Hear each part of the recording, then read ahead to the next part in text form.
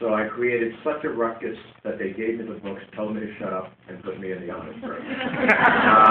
But I didn't feel right about it because I had friends who had the ability and the grades.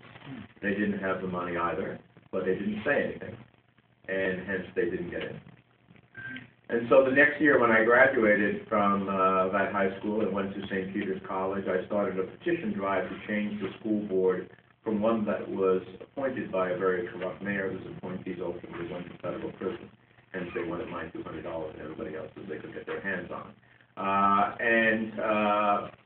Spent a long hot summer with a group of my friends who felt that they didn't get the best possible education they should have, and that there were abuses in the system. And got thousands of signatures on a petition to put a public referendum on the ballot to change the school board from an appointed one to an elected one. Succeeded at the age of 19 with a group of my friends in passing the referendum, and then ultimately ran for the first school board elections in my hometown at the age of 20. And it was a staggered school board because it was a composition of a new school board, so it was a 3-year term, 2-year term, 1-year term, and I said, well, if you're going to run, might as well run for the whole 3-year term. And I ran for the 3-year term, but unfortunately, a priest, who in those days were allowed to run for public office, also filed for the 3-year term. And I ended up running against a priest. And I won, for which I'm still paying in church today. I hope if I ever get to St. Peter's, he's not going to hold it against me. So in any event, since I went to St. Peter's College, maybe I haven't in. But in any event, that's what got me involved in public life.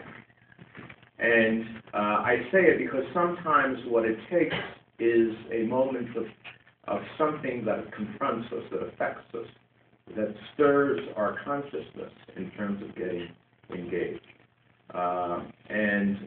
And because we want to change the course of events as a result of it. And so that was the beginning of that time in public life.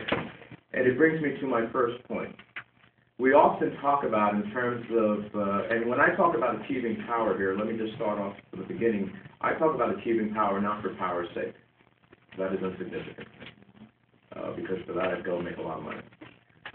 This is about achieving power for the sake of being able to use that power in a way that creates policies, programs, and affects the course of events for the better for the people I get to represent, my neighbors, my family, and in the context of the privilege I have now, 9 million people who call New Jersey their home. And so throughout this whole discussion, whenever I talk about power, that is the context in which I mean it, okay? So the first instance, in terms of how do we achieve, particularly as a community moving to a greater role in that respect, it seems to me that it comes really with voter education. It comes with education, first of all. Let me just take a step back. It comes with education, first of all. It's one of my passions, as President McCormick said.